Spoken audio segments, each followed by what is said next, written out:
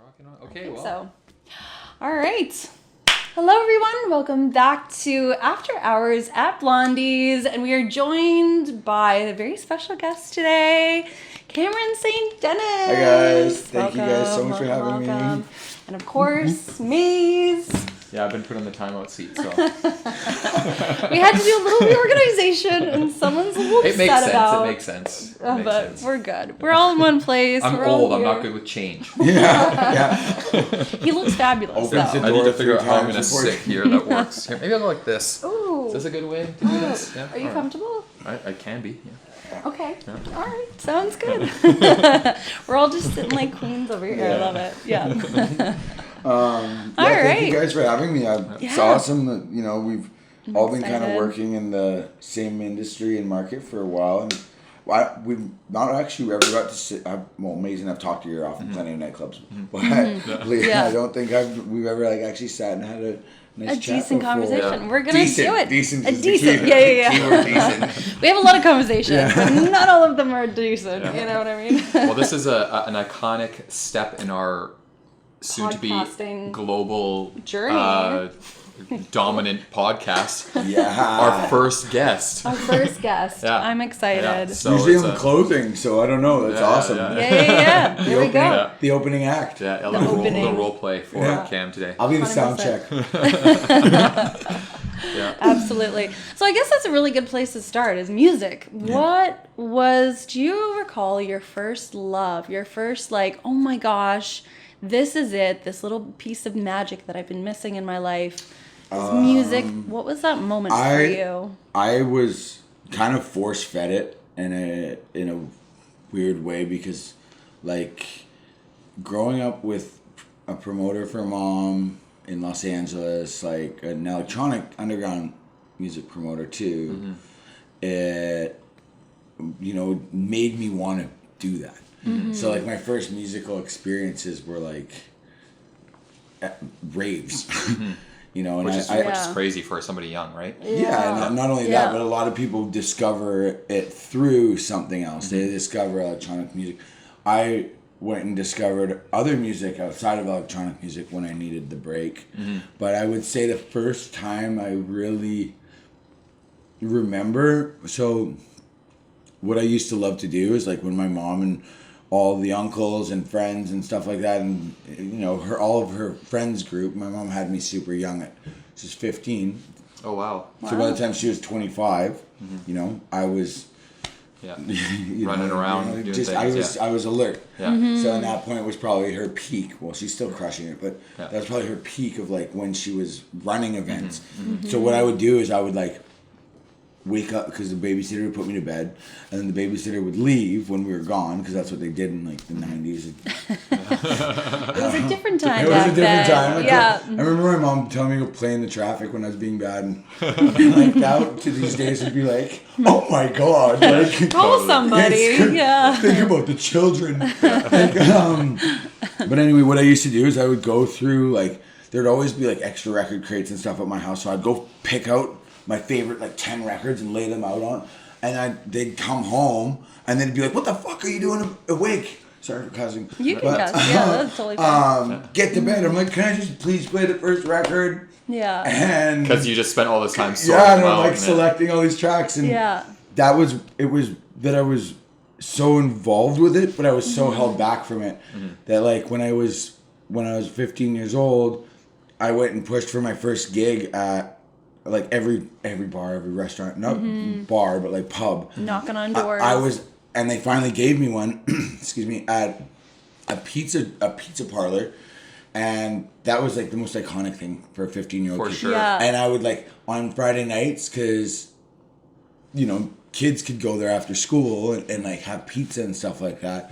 So I would bring all the football players' girlfriends, and they'd be at practice. I'd be you guys want to come listen to me DJ and have free pizza? And it was What could be better, pizza and for a bunch of high school kids. That's not a hard sell. It's not a hard sell whatsoever. Yeah. And it was awesome. But back then down there, the level of accessibility to that kind of music was far beyond what here, I believe like kids had to look. I used to spend a lot of my summers up here, and I would play music at these like little bush raves or whatever on Vancouver Island, visiting my mom, and people had never heard that kind of stuff. No. They're like really good drum and bass, some decent house music, but at that same time, like when I would come up, people would lose it and then I started getting booked on other stuff like little music festivals here and there. Made fun. And that was both in LA and in Vancouver. Here, so you'd be back and forth, coming back and forth as a kid, and then 15, 20, you're talking about, or 25? I spent my summers up here when I was like 15, 16, 17, 18, because my mom wanted me to stay out of trouble in Venice in LA, because I was getting into a lot of trouble. But it was mostly for like throwing parties. Like I actually did something really, really bad when I was young. I to this day promise you, the kid told me his parents were about to renovate his house. Right. And he wanted That's a classic line. He wanted to have a big party. Yeah. And so I made maps on MapQuest. Yeah. Remember that? Yeah, Remember for sure. MapQuest? Yeah, absolutely. Oh, yeah. Absolutely. And I printed out like 4,000. Yeah. Oh And I my went goodness. to every other high school, went to every middle school. Yeah. And then in middle school, nobody drives. Yeah. So I basically like ratted myself out by putting a map to the party in teachers' windows. Like, but Advertise the whole party to the whole school. it really did not work out because the kid's house got destroyed, and they ended up suing my mom's house insurance. Oh shit. And there was a lot of people that were mad at me. But that was kind of like your first foray into throwing parties, it sounds like. Right? Yeah, it was. And like it's always been hand in hand with me. Like, and that's why for my first time since I've been here, I played for a little bit during one of my own shows last weekend, which we'll get into in a bit. But absolutely. Thank you guys both for coming. That was so awesome. Happy to be there. That was a great event. Oh my god, Yeah. they all have been. So like that huge evolution between you just as a kid throwing these parties, Yeah. bringing everybody together, you're loving the music, and you're going back and forth all the way into kind of getting into it professionally then too. Yeah. So getting into the music festivals, getting into more shows down there. I saw you were on Mix Mag. Yeah, That's like cool. we did a lot of cross pollination. So I would get to come play shows up here, and then get to go play shows down there. And a lot of times, I'd bring my friends who DJ'd up here down there, and then we'd play like some renegade camp. And then the next year they'd be booked on the lineup too. And then same thing goes for my friends from down there up here. And it created this whole really, really, really cool community that I got to meet a lot of people, like, you know, Josh and Danny, Average Citizens, and, you know, Henry Pope from down there. They actually collabed on a track, and when I saw them both on it, I was like, whoa, what? Yeah. Like, Wild. that track's actually fire. I still listen to it. I don't Yeah. get to play that kind of music, but I still love that old school, like, bass house. Yeah. So what was the music that you guys were playing a lot back then? I was house. House. Like Todd Terry, Little Lewis. I was all vinyl. So like the pizza shop was like all vinyl. Yeah. Everything. I never did the Serato. I never played on a computer. Okay. Nothing against it. I just went directly from vinyls to CD books on CDJs, and then to USBs. Yeah. And it's so non-economical to use CDs. I'll tell you that right For now. Like, and back then, like when it first came out, you'd only have like 600 megabytes per CD. Yeah. You never had like the MP3. 13, 14 tracks maybe. If. Yeah. You know, Yeah. like, and like back then, the bit rates and stuff like that were so much bigger for digital music. Yeah. So sometimes you get 2 tracks. Yeah, that's true. Oh, yeah. no. If it's a long enough track, for sure. Yeah, like 9-minuters Yeah. or whatever. And like, so because they'd be like, you know, I don't know, like 250 megabytes each. Yeah. So now you got 2 CDs, and maybe that second song, like the last 30 seconds of it's cut off or something like that. Like, so you just have to loop Yeah. it. Yeah. Loop it real quick. Put something And else. then the other thing too is I'd always buy the wrong marker, so I'd be burning CDs, And then I'd slide them in the case when they're done, and they'd be all smudged. The label's gone. Oh, so you never know what you're gonna play, but you know the songs are all good. Yeah. You just don't know what order everything's in. Like listening, oh, that's not the one. A lot of experimental stuff as a kid. I started. fun, I though. started house, and then I went into. I went all over the place. I never really did like bass music. It wasn't really big down there. But I got really, really deep into like psychedelic and like industrial techno. I think that was like influenced by spending time in Europe, and I've always had a love for that like dark, like chamber, Berghain, like you know what I mean? Like I've always that fast like 150. The pounding, the driven, I love. Because you've got 2 songs with Joel West, right? That have come out that are more like that dark sound. Yeah, we've actually done quite a few tracks, and those 2 were our standout. Like, they did. That was my first. We wrote that EP. It's called The Mine. After we did. I used to work with another group out of here, and we did a couple raves during the end of COVID that were that aesthetic. It was like the harder techno, underground, very underground because of the COVID thing, and you know, it was the end. You know, we held off till the very end when it just kind of started to get ridiculous. Yeah, and I was actually just telling Mazen a funny story about. So we were throwing a third one, and VPD showed up. I hope I don't get anyone in trouble. No names. It's no all alleged, of course. Alleged. Allegedly. Allegedly. Supposedly this happened. Anyways, It's my stamp of paralegal certificate. Allegedly. So allegedly you threw 3 Allegedly through 3 events. of these events in underground. Yeah. And a VPD showed up. And apparently. I was panicking. I was like, "Oh my God, we're gonna lose everything. We're gonna lose the speakers. We're gonna lose the DJ equipment. I'm gonna get a $70,000 fine and not be able to pay it. And I'm gonna go to jail for throwing a rave and blah blah blah." Right. So anyway, I'm like trying to be really nice to the cop, and I was getting like a vibe. Okay, what kind of said vibe? alleged police officer. And I was like, "What are we gonna do here, man?" And he's like, "You know what? You're fine." And he walks out. And I'm like, "What the fuck?" Because would that have ever happened at your other previous underground stuff? I feel like if we had thrown that same alleged party during the first part of COVID, right? I feel like it would have been a far bigger issue, right? But I feel like news, even etc. I felt like even in the police department, the people who are supposed to be shutting this down, they're probably sick and tired of that shit too. Absolutely. You know, and so anyway, the couple hours passes, and I'm still kind of like reeling on what just happened, and I didn't tell any of the other guys I was working with. Kept that one under your hat. It's just like, but you know, people did see them come in, and a couple people were asking me. I'm like, honestly, my LSD just kicked in. I have no idea. And next thing you know, we're happy to be here. Sitting there at the front door, and still pondering about it. And the guy comes back. The same cop? With his boyfriend. The cop comes back with his boyfriend in uniform, out of uniform, dressed to the nines to rave, and then spends the entire night till the wee hours.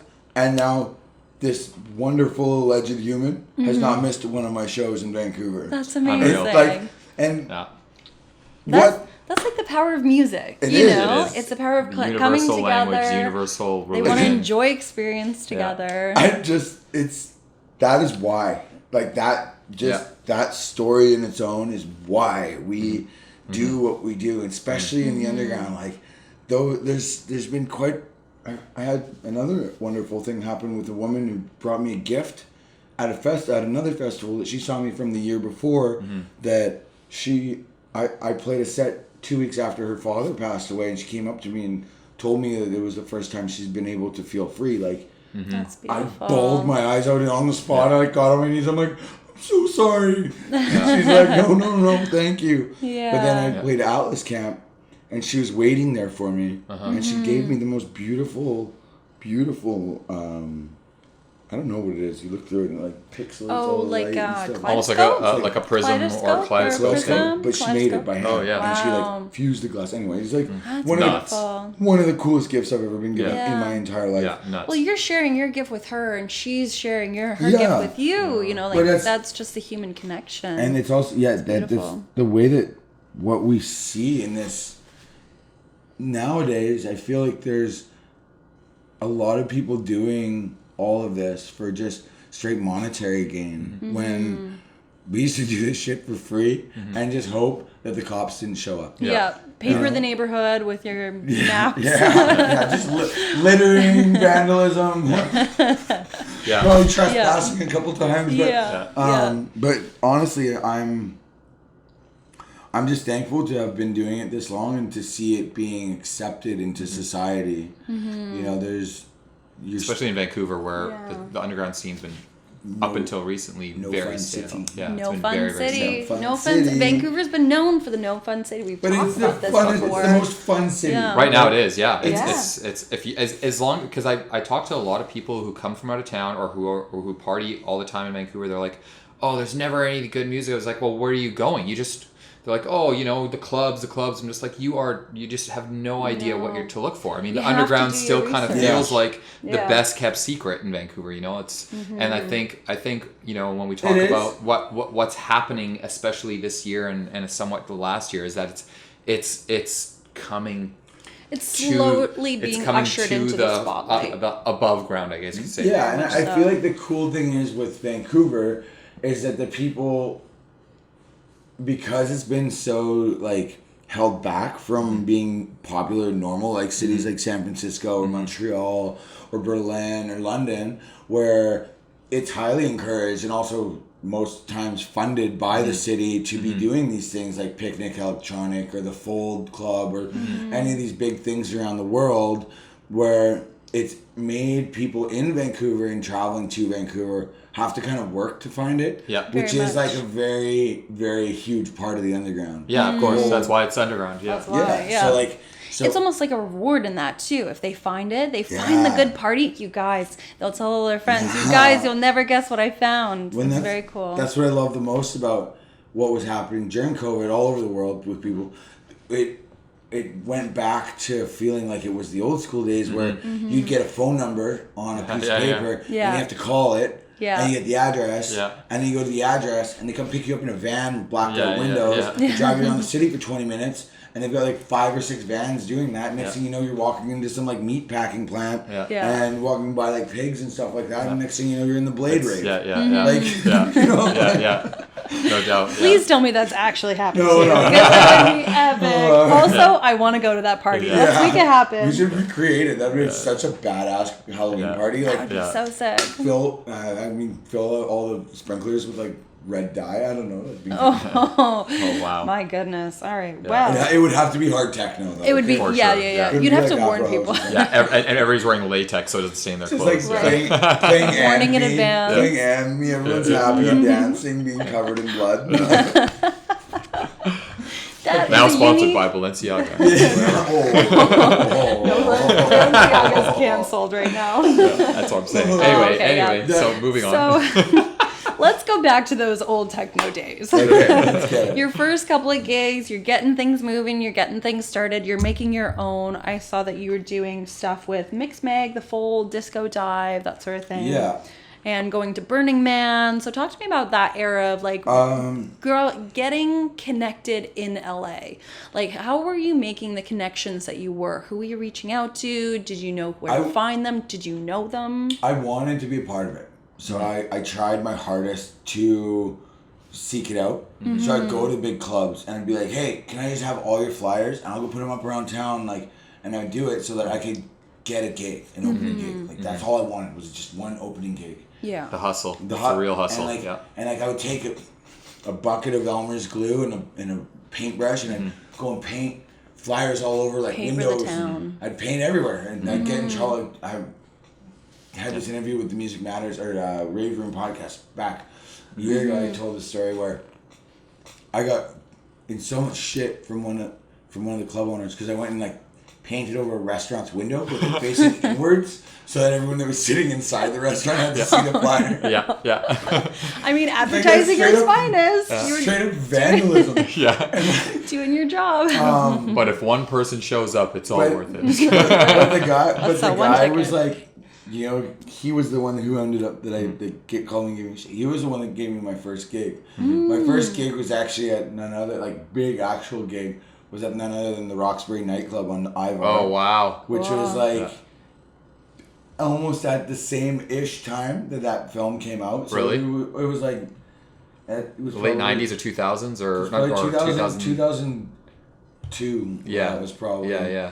And I think it probably came out in like 99 or 2000. Yeah, something like that. Yeah. So it was like super hot. Yeah. And like, it obviously was in a different location. Like it wasn't the same club as you saw in the movie. Yeah. It was like it was on like Hollywood and Ivar, and it's down this cool little cuddy pathway. And that's actually, after that closed, years and years later, and I think it was like almost a decade later in 2014, that's the same venue that we started Mix Mag Lab LA.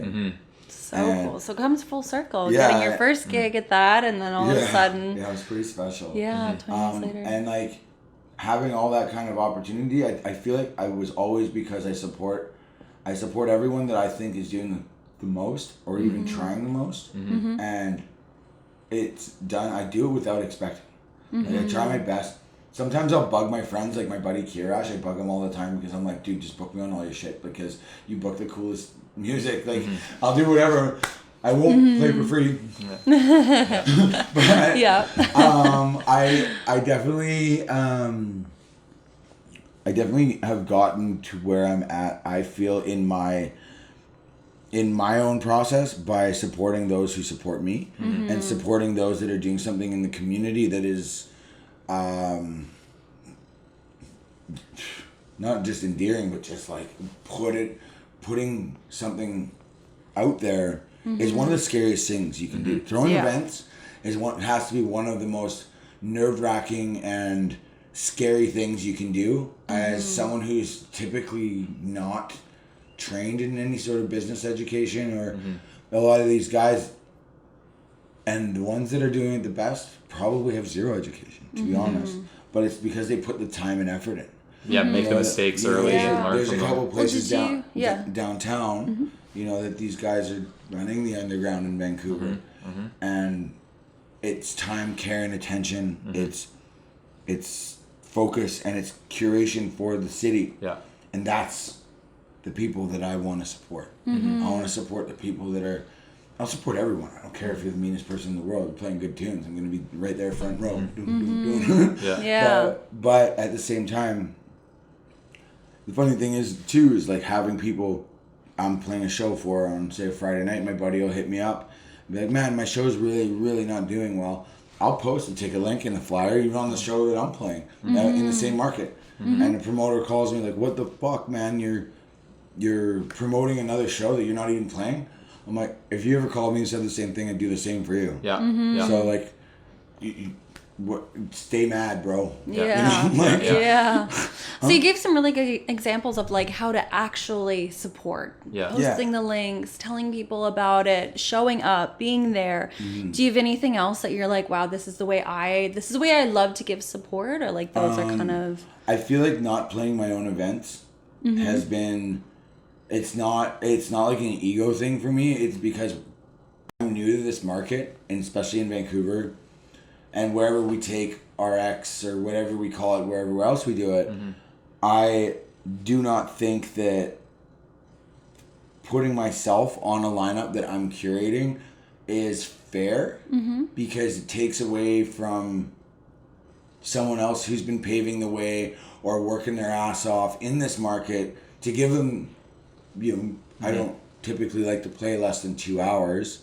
So that's taking potentially two people's from the community's spots. And why would I do well with my own bookings? What I'm trying to do is create something with the group of people that I've found to help me build this creation. Like my best friend, business partner, Rodrigo Lippi, Jamal is You know, he opened the door for us.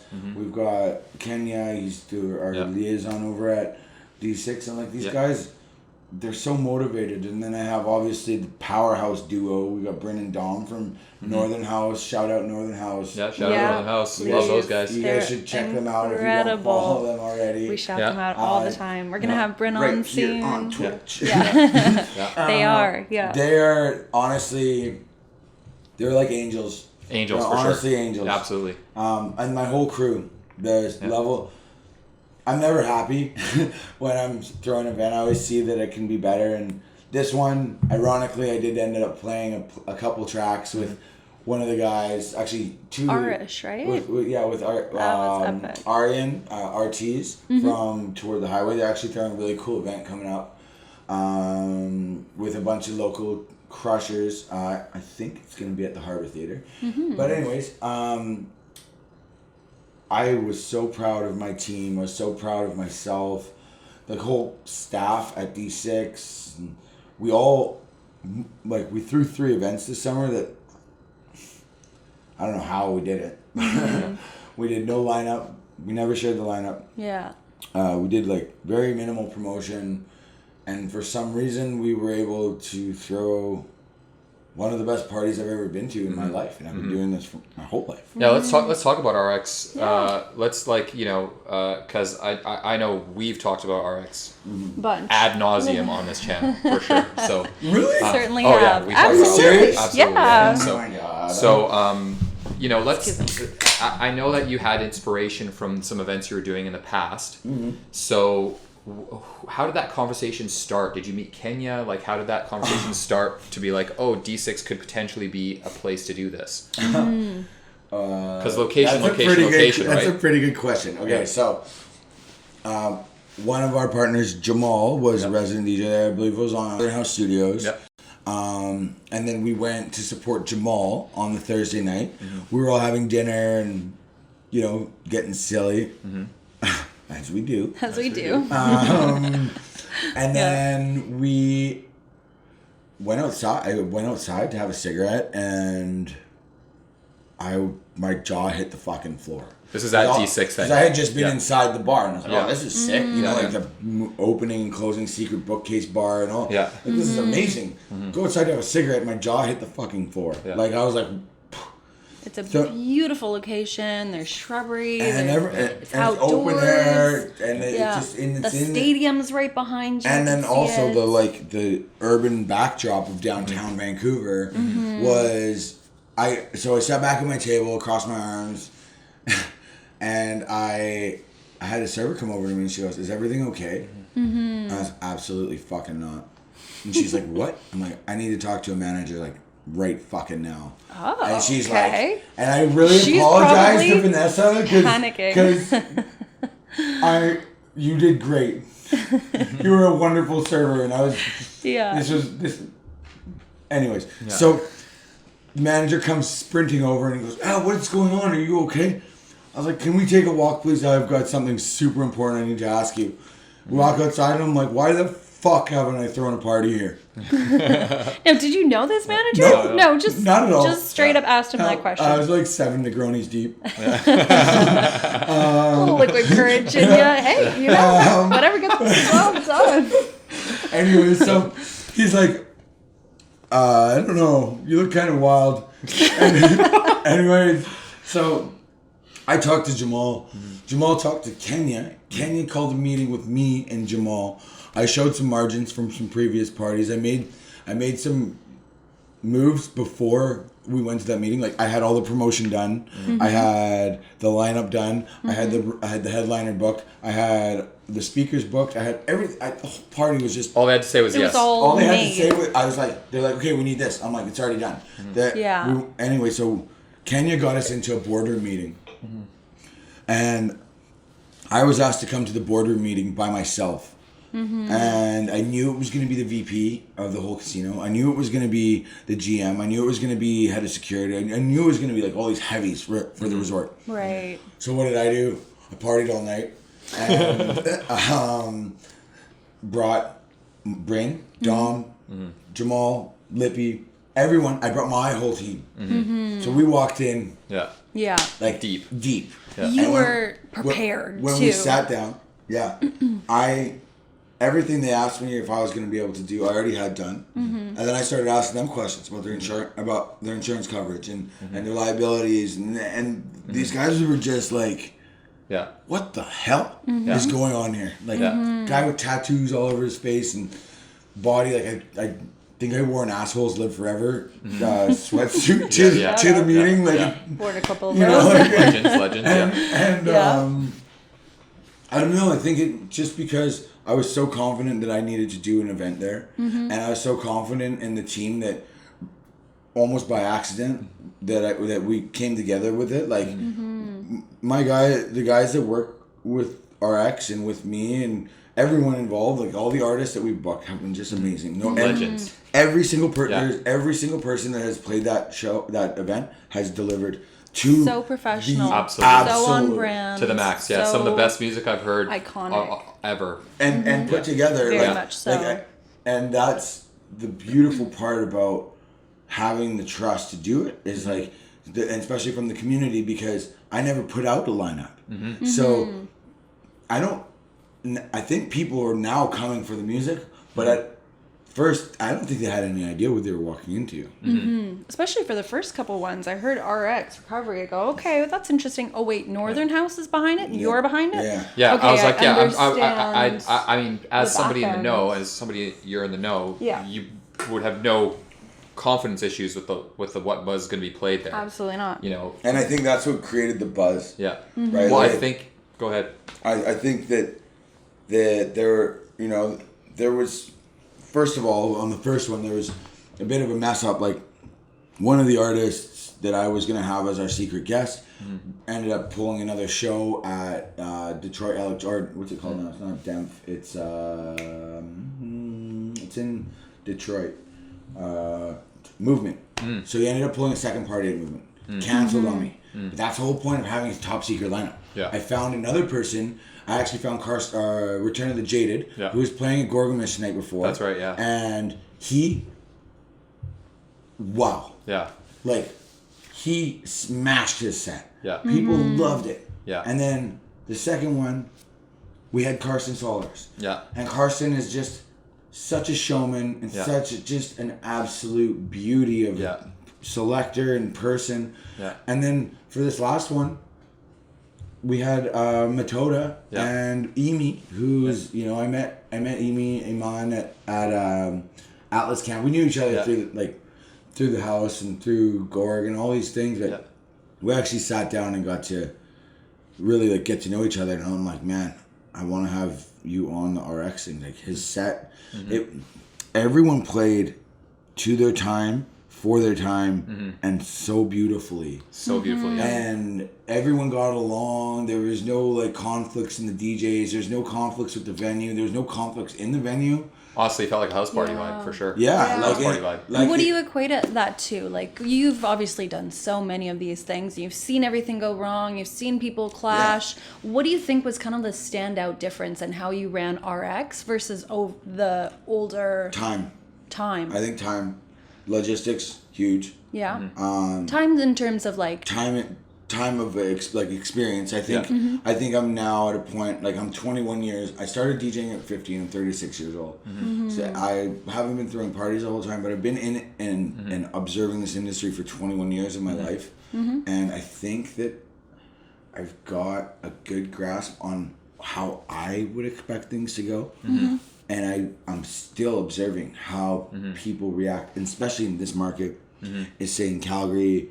I'm yet to really break out into Toronto or Montreal in Canada yet, but I've been watching their margins, marginal bookings, who's where, who's what time of year things are. And I think it's just because I'm so hyper obsessive over how things are curated that I watch these things. I was watching Vancouver 2 years before I moved here. I knew I was coming. I knew I was coming here. So I started to watch guys the YPO group and Gorgo and even I was looking at MIA and like all these places that were really doing well and for the like booking.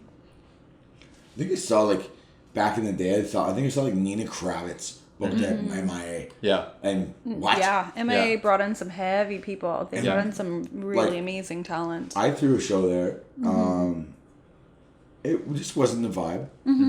So we're moving it. We moved my Unders event that we did. We did one of them. It was super fun. We did this really cool concept where I booked a lineup of DJs, and instead of having set times, I had the DJs each play 5 songs. Then and then when it went all the way around, 4 songs, then 3 songs, then 2 songs, then down to 1 for 1 back to back. Right. So it's like That's a unique Very concept. creative, right? Yeah. And it's How did that go? it was beautiful. Like it was really cool because the people that were playing were like, you have to really, really, really dig in to who, if you're gonna do that kind of style of booking, you have to know your artists. And it was myself, Danilo, Legend. Yeah, I saw him at RX. It was Bryn amazing. from Northern and Dom from Northern. And it was That's a very cohesive, but still so unique. yeah, like we all played different. And honestly, geniuses. Like seriously, like true professional experts at what they do. It's so nice to have, and this is the first. I've been doing this so long that Vancouver is the first city that in my direct friend group you could book any of us on any lineup. There's so much talent in the city. It's insane. We would play for that time, and we would talk to each other. We would communicate. I rarely plan my sets, but I always ask, like, what they want to end on. Like, hey man, or hey homie, what do you, like, you're playing right before me. What do you want to end on? How do we make that like? Yeah, How do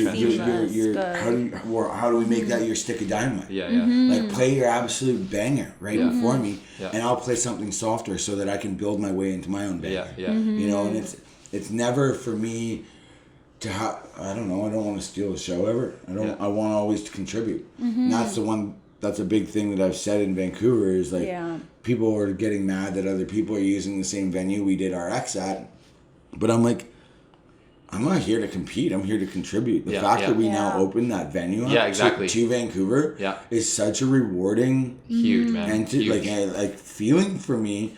And when I explain it to people, they're like, "Oh, yeah, wow." yeah." The rising tide lifts all ships, right? Yeah, you know, exactly. It's like, it shouldn't be trying to be like, "Oh, I did it. You can't do it." That's so dumb. Or that's my venue. Yeah. Like dumb. Yeah, okay. Yeah. My favorite ever quote, and we wrote it on the back of our Burning Man art card years and years ago, and it's by Eckhart Tolle, and it's go fast alone or go far together. Yeah. And that stays with me every time. Yeah.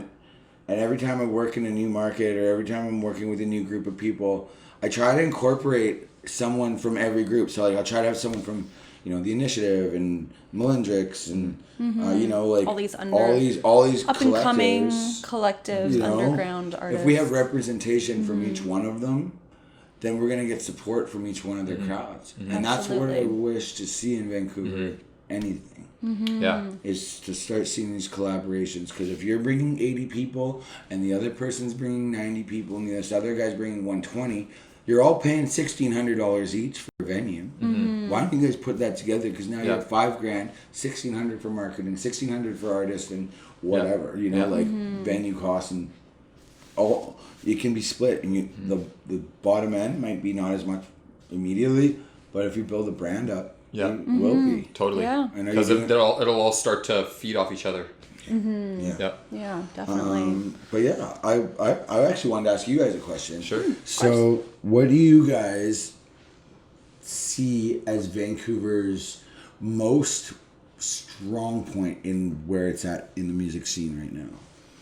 The strongest point. I think the strongest point is the amount of relationships that have been built through COVID. and like from everybody partying, there's so much going on, there's so many things happening, everyone's everywhere, all scattered all over the place, to all of a sudden, wait, nobody can go out anymore. We have to talk to each other and collaborate and make our own venues, make our own bush raves, get everybody out and together. And I'm messaging somebody that I've never messaged in my whole entire life to be like, do you want to bring Dex to this event? And I think now out of COVID, I've got so many more relationships and so many more beautiful people that I... Well, and your guys' Twitch this. community blew up, right? Twitch community. And that was something that was formed basically through COVID with music. Because it was already for gaming and stuff, like kind of this stuff, right? Like talk podcasts and stuff like that. But what I've noticed is how strong. Like I've been to a couple of Twitch events. Like we went to the one in Kelowna, New Girls. Oh yeah. What's it called? The cabin. Yeah, the cabin. But it was so cool to see all these people meeting each other for the first time. Very much. And all previously would have been all in their own collectives or doing it all by themselves, because Twitch is normally all by yourself. I'm sitting here, Jess is sitting there. You know, and you guys are on your respective screens. Exactly. And now we're all getting together and we're all collaborating because there's nothing else to do. And so out of that is born relationships and more events and stuff like that. What about you? I think honestly the amount of talent we have in this city is the thing with Vancouver, in my traditional industry, I guess you could say, where I came from is photography, but I've always been in the music scene. I've spent time front row, always Mazen. Mazen's always like, and I love it. As soon as I see you in the front, I'm like, sorry to cut you off. But I'm like, I know this party's gonna go off. As soon when I'm DJing and I see you come through, I'm like, here we go. He knows what's up. No, it's one of the curses of the city is that we have so much artistic talent in this city. It's unbelievable how much artistic talent we have in the city, even in photography, and now what I've been seeing the last 10 years or 5 years even is in music.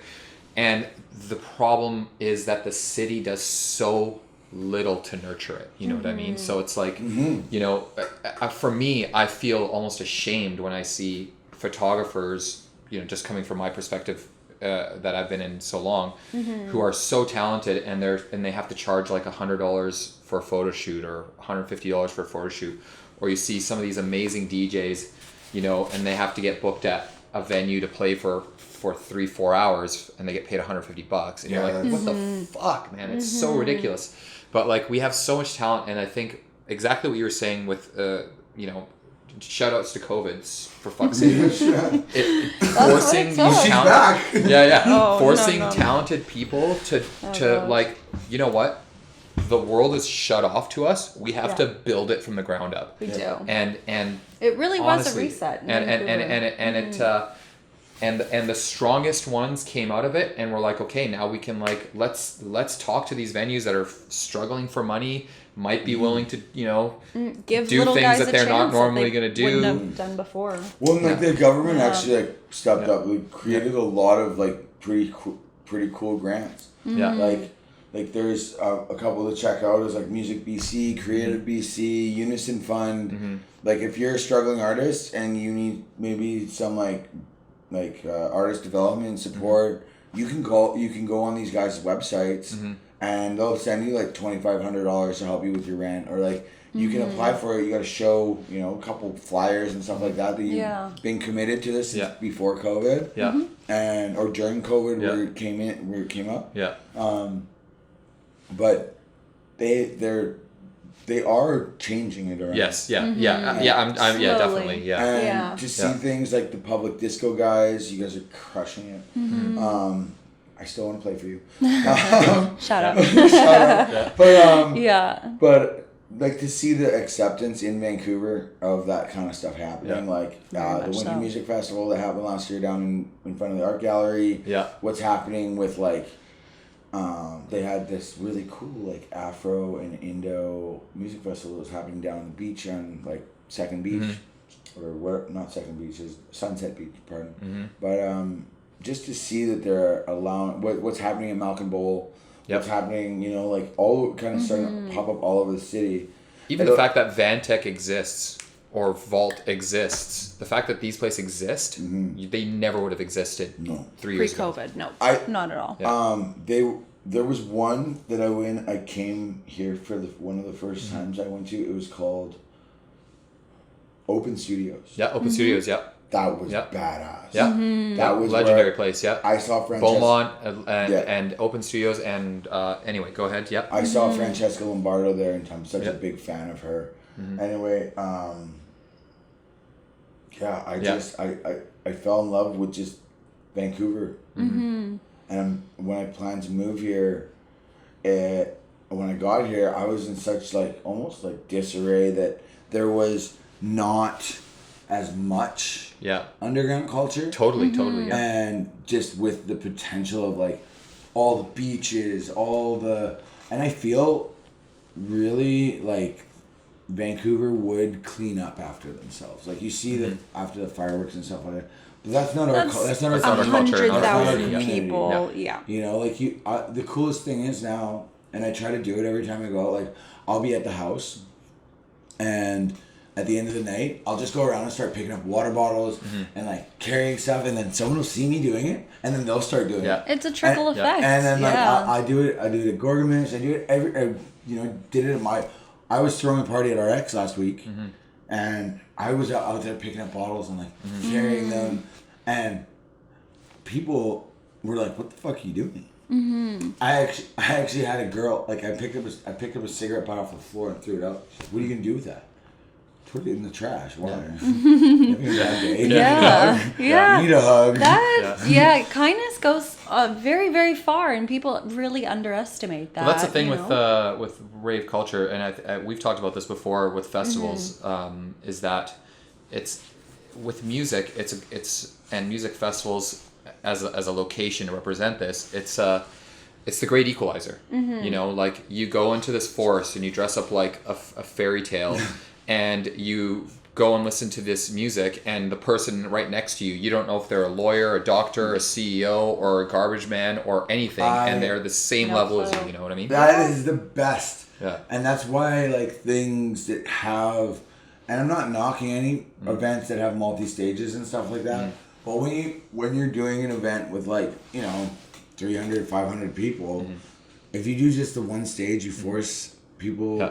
As long as you program it correctly, you force people to go and be together in that one stage. When you get to the 2, 8, 12, 30,000 person range, then put a second stage, third stage, put a side stage, and then try to on the smaller ones, try to not encourage people to do renegades.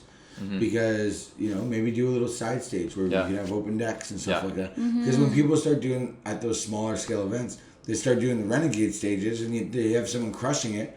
It's taking away from the people that they traveled there and paid to see. Totally. Absolutely.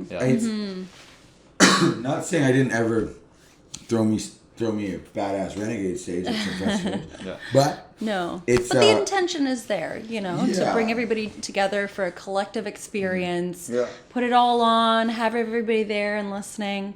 But one question that I did have for you, though, and you've mentioned it a couple times, is your transition from LA, and you chose Vancouver to come here, and you were looking for 2 years. What was that? Well, why did you pick Vancouver? I went from LA to San Francisco, worked with Void Acoustics out there, which is a sound system, and then I moved to Portland and was doing music and sound out there, and then I actually moved over to Berlin, and then I moved back to LA, and then I moved to Vancouver. Wow. So what's the reason for all the moves? That's cool. Music. I just follow it, and I was working my cannabis company, and we were kind of expanding, so to Washington and Portland, or to Oregon and Northern Cali and stuff like that. And I was actually out in Vegas for a while too, Miami. But yeah, I've followed the music, with the way that the cannabis industry was going here. I wanted to expand and share the organic genetics that I was working with to producers up here. Excuse me. But I had left music for actually probably 3 years. What was the reason for that? My DJ partner and best friend got in a car accident where he lost his life, and us two would travel together to every festival around. We would typically play the closing set, and once that happened, I was doing my shows and festivals, and everyone would want to talk to me about it every time. Oh yeah. So I'd show, and I'd have to relive it every week. So I just kind of like, yeah, you can't move on Step kind of away thing. from It's kind that. of just reliving. yeah. Yeah. And so he actually had a huge following here. He DJ'd under the name Pumpkin, and actually this weekend, I mentioned them before. Average Citizens, Josh and Danny, have asked me to come and close their Rise and Shine gathering and doing a Pumpkin tribute. Oh wow, beautiful. I'm gonna cry the whole fucking time. I'll tell you, I'm gonna cry the entire time. Yeah. Absolutely. But I left music because I couldn't handle doing what we did together and being asked about what happened. But now being back in it and fully in it, I feel every time I even plug my USB into my computer, let alone into a CDJ, that beautiful human being that I miss every day of my life is so fucking proud of me. Like I know that the fans that we built together, like our duo was called Commonwealth, and it was like, you know, Lighthouse, and I play a little harder tech, and like, but we would play like 8-9 hour sets at the end of the festival, and the organizers would be like, "Okay, cut the fucking music off," and they'd come and like turn off the generator, and then I'd be like, 1 second, and go turn it back on, and everyone would come running back, and then like, it was, you know, we played all over the States, all over Mexico, we were in Europe, we were all over Canada. We actually did this one called Astral Harvest, and that's where like it was insane. And then but yeah, it took a lot for me to step back into it. I played one festival last year it was 2021, still during COVID, and I met this group of guys out of Kelowna, and we just we all clicked, and we pushed, we went crazy. Like I played 96 shows last year, and like 16 music festivals, and like these guys, we all went and did it together, and it was like the best thing ever. And you know, living on top of one another as roommates sometimes do, or couples or anything. We just grew apart, and we love each other. We're all doing great. Everyone's doing good, and we are just. I'm on this new lane. I have an insane opportunity and an amazing group of guys here and girls and people that are here in this city that just they're trusting what I want to curate, and they're giving me the full support and contributing. And the cool thing is not why I try to stay away from the idea of having it as a collective, is that we're all just partners. You know, there's no like head. You know, I did found, and I am the creator of RX, but I don't feel like I've done any more than anyone that I work with. And I don't, you know, hold that over people, the people that we work with. And they don't hold what they do over anyone that we work with. You know, it's just cohesive. And it's motivating that when we walk down the street, like Lippy and I, we're in a smoke shop, like actually right here just downstairs here on Davie Street, and we're in there, and the guy's like, "Wait, are you guys the like RX guys?" And we're like, "You're getting recognized." He's like, "Are you Cameron St. Dennis? I love your music. I just saw you play at Gorgamish the other night," and I got so embarrassed. Oh, and my ex was here. We're getting rid of her stuff out of the place, and we go into Starbucks. I'm like, "Yo, let's go grab a coffee." And they're like the cutest redhead. I have like just like anyway. She's like, "Oh my god!" It's another podcast. She's like, "Oh my god, are you Cameron St. Dennis?" And I just looked at her, and I looked at my ex, and I'm like, I don't know her at all. She's like, "This is why I left you." Oh fuck. But anyways, the point is yeah. you're getting recognized for doing RX and putting together these beautiful people all in one place who are all so talented. Yeah. But like, did you know all these people beforehand before you moved to Vancouver? Or how did you go about meeting all of them? I don't know. Just showing up at events? I guess so. I knew a couple people in Vancouver. I knew J Tripwire. Yeah. I knew Kevin Shue. Yeah, legends. I knew old school legends. I knew for sure. Joel West. Yeah, legend. I actually met Joel West through Jay, and then Joel. I was still living in Kelowna at the time. Joel and I had done a couple shows at Undergrounds, and then when COVID ended, I flew down here to go to Gorgamish for its grand opening. I waited in line for 3.5 hours. Oh my God. And Joel waited with me. Yeah. Wow. Joel can walk into that place. Yeah, Like, totally. Yeah. But I wanted to do that. I wanted to wait. I wanted to talk to people in line, see how excited they were. Yeah. And you're paying attention. You're listening to Vancouver. Exactly. And the next, I went in there with Graham or with Joel, and Joel introduced me to Graham. Who's the curator? He curates. He's the wizard. The wizard. He's like literal like white wizard of Gorgamish. Of course. But he, he was interested. I think he did a little homework on like where I came from and stuff like that. But anyways, Zach Papilia booked me on a Denizens early party the next week. Yeah. And the following week to that, Graham asked me if I wanted to come play at Gorg for the afters. And then it kind of snowballed from there. I played at Vantech like almost every weekend. Yeah. I built my fan base up really fast, but because I think of what I did during COVID, people were like really respecting it and putting me on for that. And then I just showed up and I feel like I delivered to my absolute best, and because I want it. I still want it. Yeah. When I play the same if there's 5 people in some like seedy kitchen at like I've seen it. You've been in. Yeah, I've seen it. You've been at plenty. Yeah. I'm the same person playing. Yeah. And I'm playing for those people. I play if there's 50,000 in front of me or if there's 5 people. Yeah. And I think. And you do always play like you're obsessed. Yeah. Doesn't matter what. Yeah. Doesn't matter what. Your blinders on in a room by yourself. Yeah. Yeah. My cat gets the best show ever, dude. Like. Yeah. But anyways, I just really want to see that in people in Vancouver and around this area. I know it's a very tight and small market with clubs and venues and stuff like that, but just support and love each other, like, and start having the mentality that you're playing for the people that are paying $30 or $50 or $80 to come and see you play at those late hours where they sit in a cubicle all week and this is their escape. Yeah. You're there for them.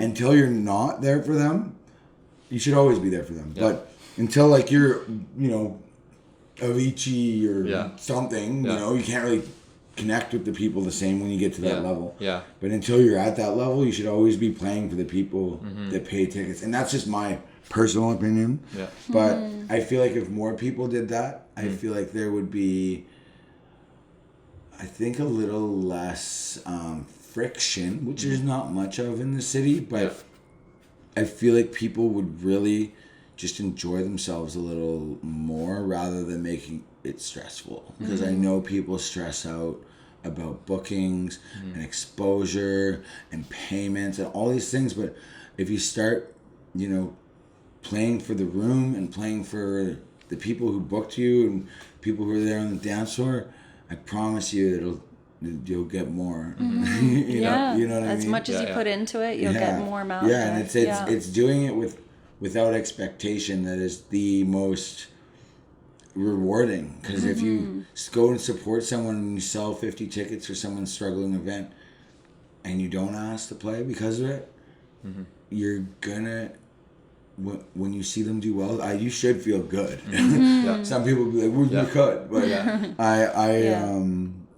I feel like if you can do it selflessly, like you'll have a lot more integrity going into the market. Like people will be like, oh damn, this guy helps rather than takes. Yeah. And like everyone, everyone will have to take a little bit from time to time. Like you know, do it for yourself as much. Like play the music you want, but also just think about your bookings. If you don't play drum and bass, maybe don't book yourself on a drum and bass. Totally. You know what I mean? Like understand it's who you just are. like if you don't play techno and you play house, and you get an offer to play a techno show.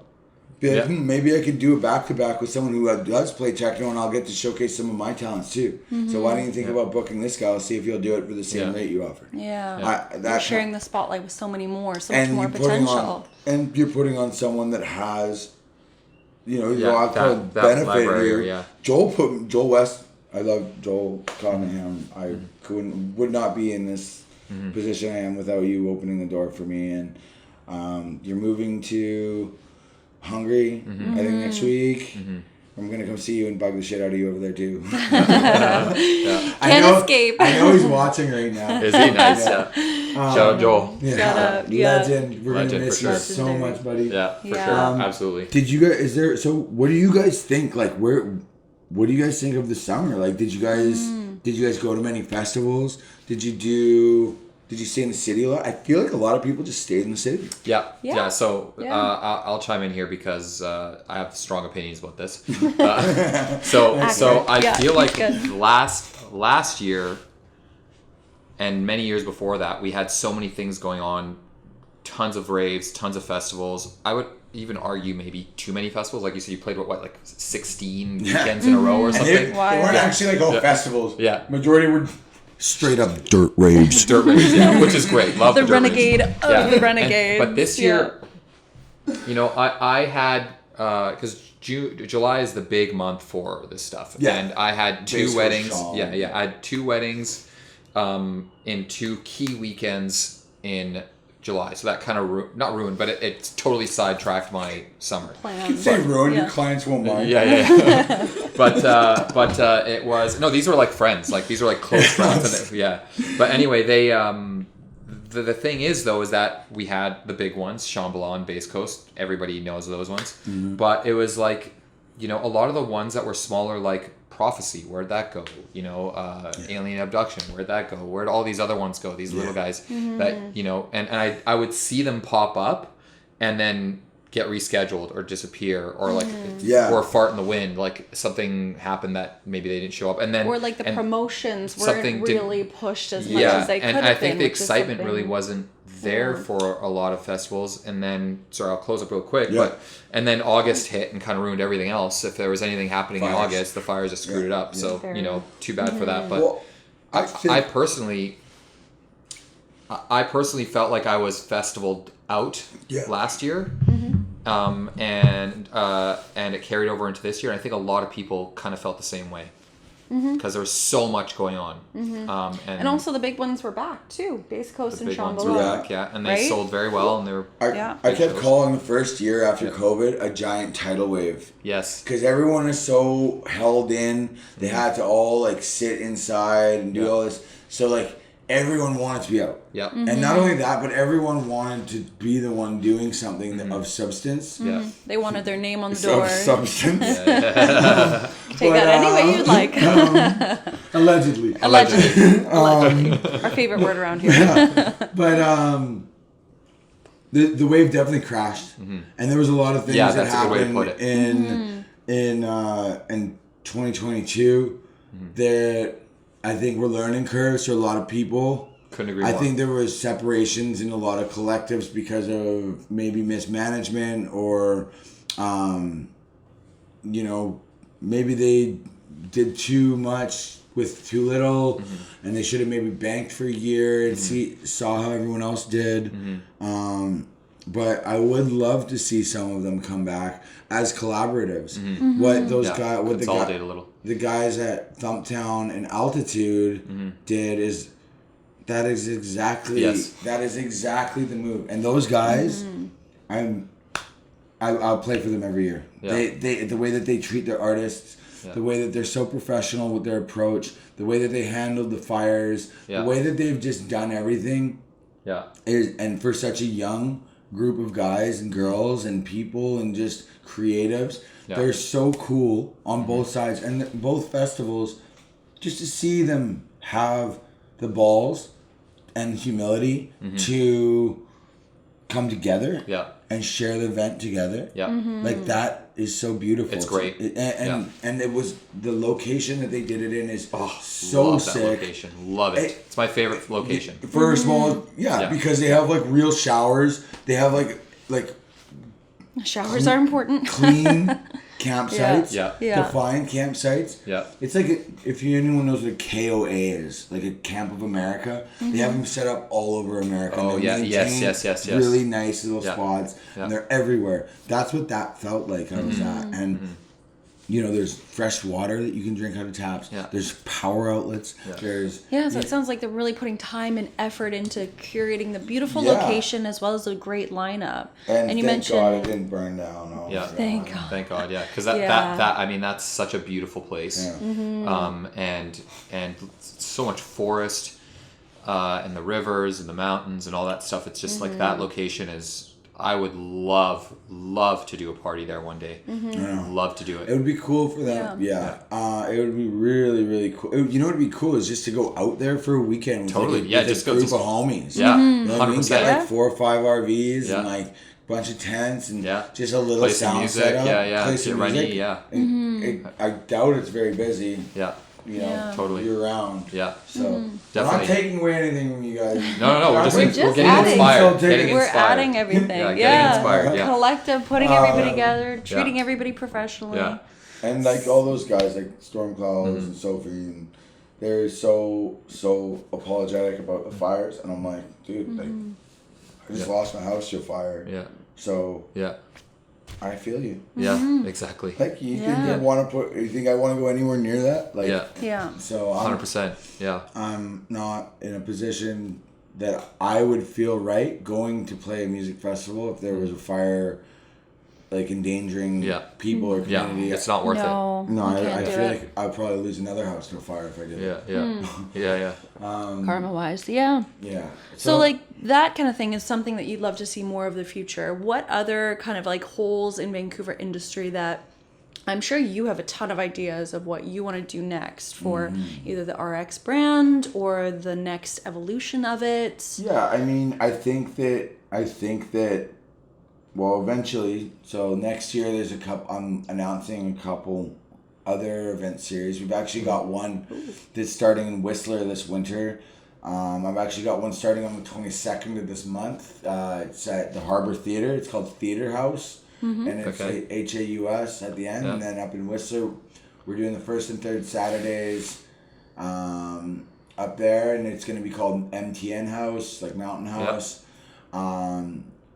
And it's just going to kind of keep my branding established. It's not going to be ran under RX, but I'm launching a parent company because we're doing the Poolside Picnic next year. We're doing RX.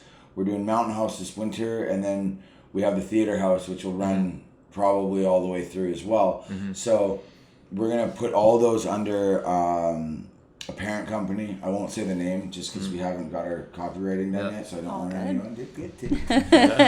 Getting a little eager, you know, trades market people are. Yeah, I never know. Yeah.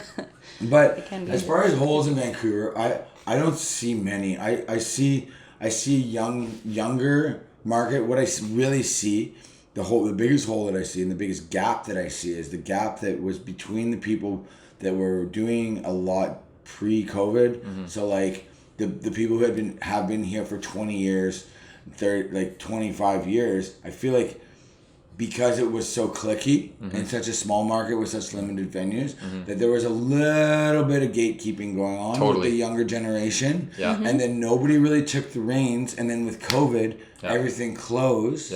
So then walking into a market like this, which has a lot of history, but I still would be confident in saying that Vancouver is a very I'll use the term juvenile in its growth and in its legs of like what's happening, because I know that in 5 or 6 years there's lots of room to grow. It's gonna be like I see Vancouver potentially being, you know, a San Francisco, but what the reason why it won't be in any next year or so is because of time. It needs the time. It needs the establishment, and it needs the openness and open-mindedness of the city. Like, I want to throw big parties. I want to throw big parties like at that place across the ocean. Totally, yeah. Like, you know what I'm right talking outside. about? Right on the beach, You know what I'm talking about? Yeah, no, we were talking Yeah. about on the that place up on Davie Street. There's that big mansion that's always used for film. Oh, What's yeah, it called? yeah. It's literally It's the 2 Manor blocks. House or Something something. Manor, whatever. The Manor. It's called the Manor. On Something like that. Davie. Anyway, yeah. So we were just driving by it, and I it's was like, how cool would that be for a That'd be Halloween party? so It sick. says Yeah. now renting outside. yeah, because Right, and yeah. you would never like I've looked into throwing a party there like something like 10 years ago. You couldn't. We could It was a never afford it. restaurant. Yeah. Well, no, we could just never Right? afford it. It was so Oh. expensive. Yeah. Well, because it's- they're getting it's- paid for film. They're always used for film. Always used for film. Well, Right, film right, right. industry is shut down now. So they've got no bookings. So maybe there's an opportunity. There. Yeah. Finding those opportunities. Yeah.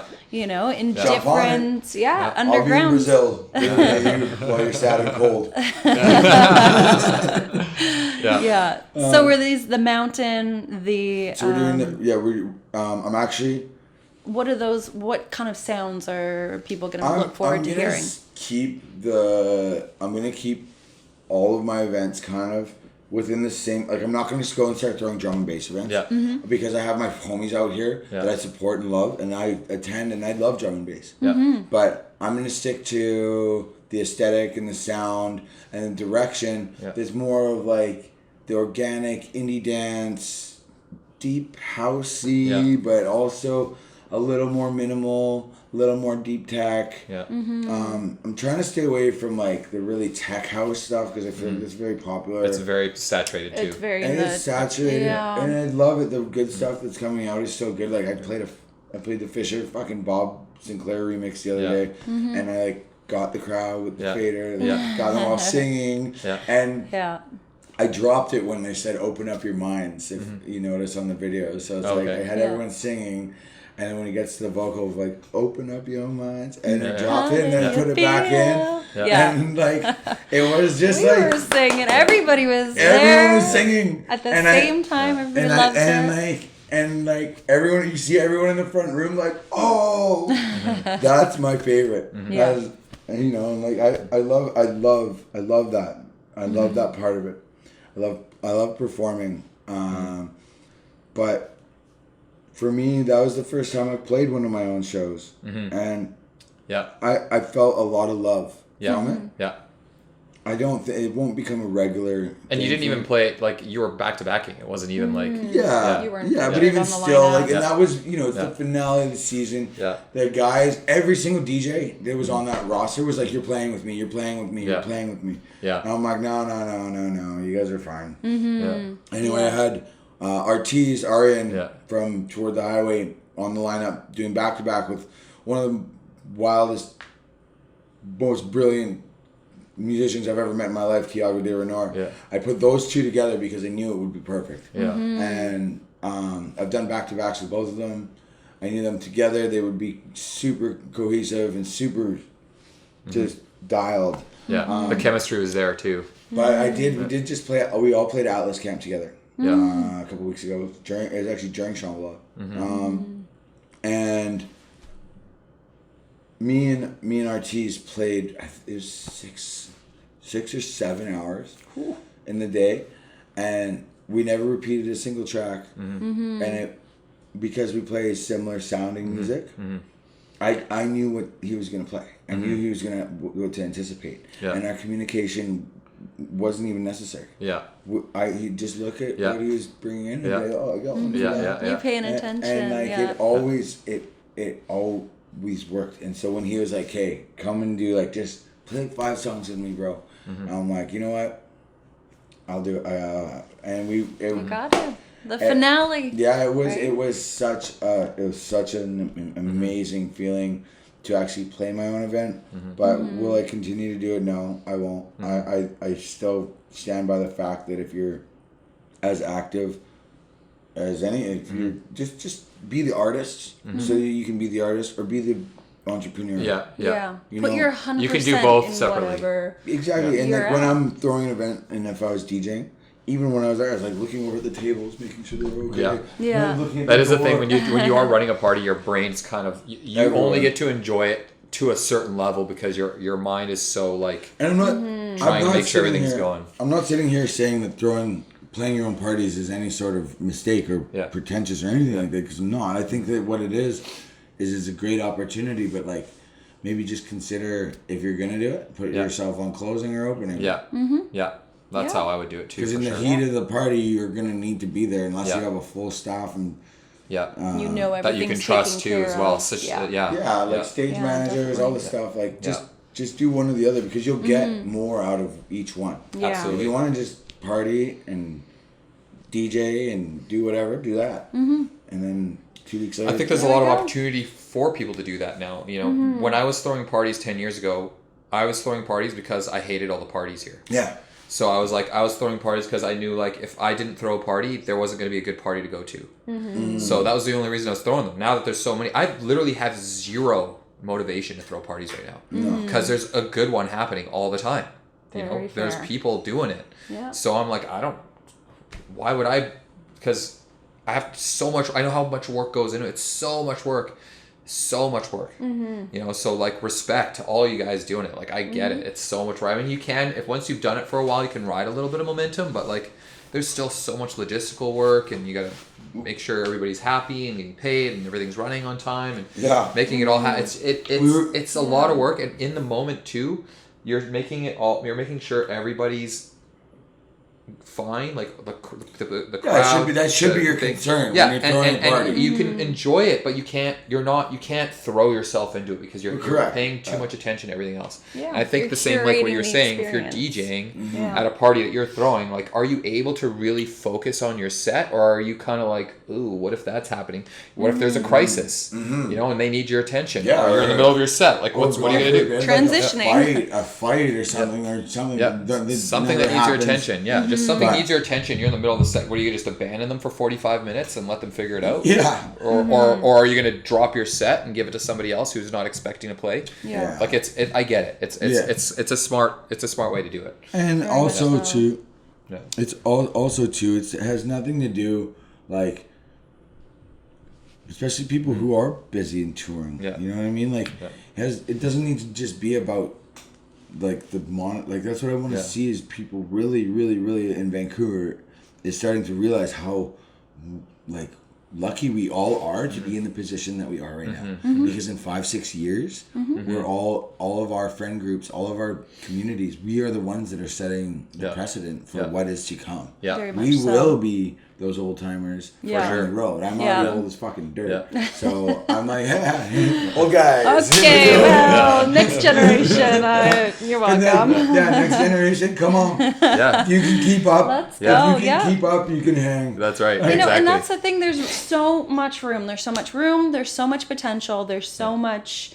to look forward to for the next 5-10 years. Let's end on. And even why is there not a destination music festival in this beautiful part of the world? Like, why isn't there an ADE here? Why isn't there, a Burning Man here? Yeah. Why isn't there things that would draw people from all around the world to like even Kelowna or Squamish or somewhere like there's so many vineyards. There's like you could literally do something on par with like South by Southwest or a Winter Music Conference or something here in Vancouver, because there is the venues now. There's the environment, there's the nature, but that's what I'm hoping to see is that Vancouver does in the next decade or so become somewhere that is desirable to fly to, and there's so much talent here that like. And there's a lot of money in Vancouver too. So why not provide a platform for people to have, instead of having to fly to Mykonos or fly to Ibiza or fly to London or wherever in Europe or and heck, even Montreal or whatever. Yeah, to get that culture. Why don't we all just work together and create find something? those little moments of opportunity that we've been talking about. Help people with the posters, shout them out, collaboration. Find those missing little puzzle pieces that kind of bring it all together. I feel like it's on a good track to get. We are on a good track right now. I've never said that about the city. the scene here has never been better, and it's not even close. Yeah. It's not even close. Even back in the like early 2000s, when it was like the initial raves at Plaza of Nations and all those other like crazy parties that were happening underground, or like, you know, even in the early 2011, 12, 13, wherein, you know, for me that was the apex of like electronic music. You know, like people like. I swear there was like a AAA act here 3 times a week. You know, Blueprint was murdering it. But Pete Tong. And every week. You know, Everyone. and but I think that was still. I still feel like we're much more vibrant today than we were then. You know? I think so. I think that just with the acceptance that electronic music isn't just a bunch of like pilled out, like drugged out kids, and they actually see that there's levels to it. Yeah. Sure, you can go find that. Yeah. It's everywhere. It's everywhere, yeah. It's even at Literally everywhere. It's literally at the nicest parties too. You go sit in the corner, you get a weird vibe. Yeah. Be there. Yeah. Yeah. But I feel like the upper class of music will like it's more of like the pretty nice stuff. When it's a dark, deep techno stuff, of course you're gonna be in a dark, dingy room. And that's kind of what I was segueing into, like changing my sound. Because I was doing the hard techno. I was doing like hardcore underground tech house. Yeah. And I just didn't feel like I went through a lot of loss last year, and I didn't feel like playing that kind of music and projecting that kind of energy. I felt like it was solitary. I felt like it was very for me. Yeah.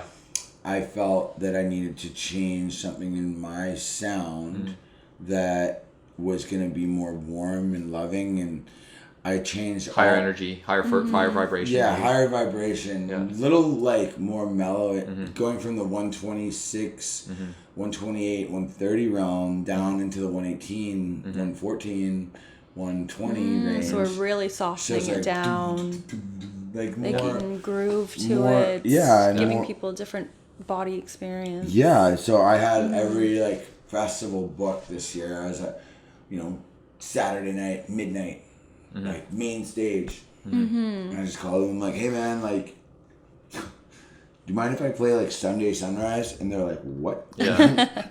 Yeah. What do you mean? I'm like, I want to play the last set. Yeah. People were booking you for your older sound, which is the hard techno. And is that what you main stage mainly played in LA as well? No, I always played. I've had a saying since day one, and it's that this house was built on house, and I'll probably start my own podcast eventually called that down the road when I'm like really old.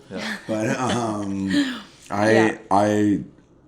I always played house, and I got really deeply into industrial techno and hard underground stuff when I was in Europe. I was in Budapest, I was in Istanbul, I was Inspired in London. by those sounds that you found there. Yeah, and like especially in Berlin and Germany, and like all through like the UK and stuff like that as well. And then even in Asia when I was there, I was still kind of playing house music, and I kind of took this like, when I was in Tokyo, I took this like crazy LSD, and I went to this like underground club by myself. I don't speak a word of Japanese. Yeah.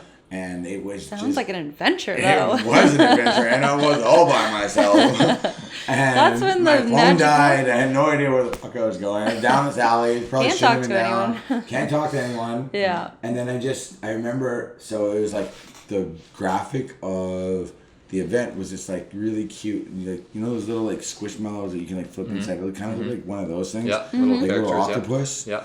And it was just on this door. And so I just pushed the door, and I was like starting and to that come was up the pretty high on only LSD. indication of where this party was? I was like following the phone. The phone died. I'm in the alley, and I'm just walking, and then I walked, and I saw this little octopus thing. I'm like, that's the same thing that was on the phone. So I just pushed the door open, and it was like... taking a chance. Now we're in the movie Hostel. But I ended up going, and I stayed there. I was there for like 28 hours. Wow. How the hell? So that's gonna change you. What did you find there? The guy playing was called Ben Clock, And he is one of the most like experimental techno DJs probably on earth. He produces a lot of his stuff in 5.1 surround. So like when you're in the club, they have it set up for him. So you can like send bass lines around. Oh, that's crazy. That was it. That was it for me. I'm like, I'm doing this kind of music. I'm totally inspired. Like 145, 150 BPM hard slamming techno, and then I went back to LA, and I was very lucky that sound was just getting popular there. Like the timing was just like. And even here, when you were starting to play here, you were starting to play that sound as techno was really starting to come up here too. And I entered Vancouver with that sound that was my comfort zone, and it took off. People were coming to my show every time, and I don't know if it was just because they liked the music that they had never heard before, or if it's because of the way I play or the stage presence I have. But I think all of the above. I do my best to engage the crowd as much as I'm being engaged by them. Right? One thing that I've noticed, and maybe you can explain it a little bit more, is you kind of take chances on the music itself, the track that is playing. You'll play around with it so much until the very bitter last end before the drop happens. Sending it in. That's something you'd love to play with music. And like I've got this new thing that annoys the shit out of everyone that I play with, where I'll like, instead of tapping the cue button, because I do have a history of playing drums, so I learned how to like bongo in on cue buttons, and I'll like put my fader up, and then I'll put the echo effect on while I'm drumming, and I'll smash play on the drop with the lows out, and I've gotten really fast at like turning the lows out of this one, turning the filters off, and then bam, putting the bass in, and like it is chances, but they're like it's like. So someone asked me, they're like, man, you're fucking like, the way you play is just like, it's like you're flying up there. And I'm like, dude, do you ever watch Toy Story? Do you ever remember when Woody asked Buzz what it felt like to fly? And Buzz said to him, he's like, I don't actually fly, I'm just falling with style. That's how I describe my DJ skills. There you go. I mean? Like, it's calculated. It's risk taking, but I'm like. But you're also very experienced and skilled, right? On this thing. No doubt. That's it, though. That's it. You know what I mean? That makes sense, though. As the evolution of your sound has kind of matured and softened out now, you can still take all those like fast surround sound, that's a cool thing, and add it all into what you have today. What about you? Or do you feel like where you are in your sound with music, do you feel like you're going to stick in that for a little bit, or do you think that you're gonna start venturing, because you're right now you're playing more of like the melodic, right? From what I've seen. And congratulations on Therapy Thursdays. Thank you. Girl, I'll be there. Bells on. That is gonna be so sick. I'm so excited Tomorrow to play night, with the girls. Vancouver, don't miss Therapy Thursdays. It's at Hello Goodbye. I played the first one. I played open to close. It was ram jammed in there. The room is so cool. The drinks are good. I'm excited. And you guys are gonna crush that lineup. Was actually, I was like, damn, that'll be a sick one. And it's good. It's good to see, like, eventually Vancouver will have a Monday, Tuesday, Wednesday, Thursday, Friday, Saturday, Sunday party. You're never gonna be bored. That's for sure. And at this point in time, like, I don't even know my buddies. You guys know Cam from Bootleggers? He's playing at the Sunset Room right here, right now. Oh, really? Oh, Bayside. Bayside Lounge. Yeah. He's playing there right now. Oh, shoot. So, Nice. afterwards, I'll probably go have the Coca-Cola with him, because I'm on the sobriety, sober September, sober October. Because I'm going to Brazil with our ex. So I want to be in good shape for beach season, and mentally I want to just be ready. Because I don't speak Portuguese. There you go. At all. I mean, that's the thing, to answer your question just briefly, is my sound has gone from very house, very like big, tech house, fun, mainstream, yada tech yada. house, Barbie, and then more into, wait a second, it's getting old, it's getting boring. Tech house, it's predictable, and finding those like deeper bass lines with the darker bass house, and putting it more into the melodic and progressive, just rounding it out. And I'm sure you felt that. When I first met you, I was at Club Oki, I think the last time, and you had this like pink Barbie outfit on, right? We hadn't even met yet, and I was like, fuck, I was gonna wear the same thing. You're like, what the fuck? It's like, obviously, This everybody tattooed wants... monster, like. But yeah, no, you played good at the last one. I had so much fun to your set, and it's really cool to see people that are from the Twitch community that are like started to build their skill sets and stuff like that. To see them out and like, I want to see like Sheen playing out more. I want to see guys like, you know what I mean? I want to see that. I want to see the people, especially like the girls, Jessie and Pika. They're phenomenal together. And you're playing with them on. I'm playing with them. You guys should stream it. You're gonna stream it. Yeah. Sweet. They have really good internet in there, actually. Oh really? Oh, really? Okay, Yeah, I'll tell the girls. And it's hardwired right behind the stage. Like Amazing. Yeah, we're gonna stream beforehand. So for anybody online, we're gonna stream beforehand. Oh, cool. I think on Pika's channel. Okay. And then we're gonna go set up all the streaming equipment at the actual venue. Great idea. And then stream my set and stream their set. So you're gonna have music from 5:30 p.m. all the way to 2 a.m. Yes, I love it. Right on Pika's channel. I'll come and see you guys after football for sure. Yeah. And the cool thing is people are willing to, like, you know, they'll be at home having drinks or wherever they are, your fan base on here. Yeah. But they'll come. And then, man, I watched you said earlier, I've featured on a couple Twitch streams now. And it's just cool when people come up to you and they're like, hey, like... They recognize I saw you on Twitch. And I'm like, what? You have a channel. I do, just to watch, but I've never gone live on it. Yeah. So it's cool to see how, like, actually interactive it is locally. Very much so. That is very much to so. me. Yeah. I feel misused marketing tool on my end of things, but I think like going down the road, I want to use less.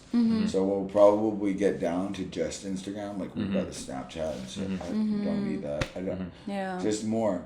But dialing back into your sound, do you think that's the direction you're going to keep going in? Is this softer? Or do you have like some more sounds that you're wanting to start to incorporate right now? Right now, I'm really on the amount of piano, Afro house, organic down-tempo indie dance. That one kind of like that 114 to 123 kind of zone. Yeah. I'm happy in that. I feel like it really resonates with the people who are coming to my shows, which is the most important thing for me. I've been working pretty hard on production, getting ready for my trip this winter. I am very excited to share this sound. And the cool thing is we're going to places where this sound is, like when I came to Vancouver and techno was probably... We're going to Brazil. We're going to Tulum. We're going to Ibiza. Like that's where that sound lives for sure. Right now, they love that down there. So, and especially in the amount of piano genre that's kind of come new into my life, that I am just like, this is it. This is what I want to do. And you know, it might be 2 years. It might be 5 years. It might be 10 years. Who knows? But you're okay to take that time, right? Yeah, you're all about the time and letting things evolve as they should. And you know, like I do my research for what's going on in other places other than just here, and that's something I would really recommend people doing. Yeah, is taking a look at where the music you're playing is coming from. And like get off Beatport, go look at TrackSource, go look at Juno Download. Like those sites will not only just charge you in Canadian, so you don't pay a exchange rate, but you're gonna get charts from markets like London, markets, you know, like you can go and look on TrackSource. You can go look at what's charting in Tel Aviv, and pick up sounds and incorporate. Pay attention to Tel Aviv. Yeah. Oh, musically. Interesting. For sure. Little nugget for all the peoples out there. But I mean, I would say that's probably a good place to end. Yeah.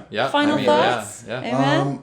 Come check out our girls' show on Thursday. Tomorrow night. Stay tuned to RX. We are launching one last event here in Vancouver. Ooh. Exclusive. It'll be on Friday the 13th in October. That's risky. So keep your Calendar's open. Calendar's Nice. open. Mark. Yeah, spooky Friday the 13th. Let's go. I'm I'm excited. In the month of Okay. October. Thank you guys. Well Okay, done. thank you, Well thank you. That was done. awesome. Thank you. Appreciate it. Please follow Cameron. Yeah. We will be back. We've Yeah. got Spotify, YouTube, Twitch. You've got Instagram. Everything. Yeah. Follow all the socials. Everything's gonna be It's all posted my down link tree. below. Yeah, it's all in my link tree. Thank you guys. Yeah. Go follow our ex. Yeah. Thank you for Okay. watching. Thank you. All right.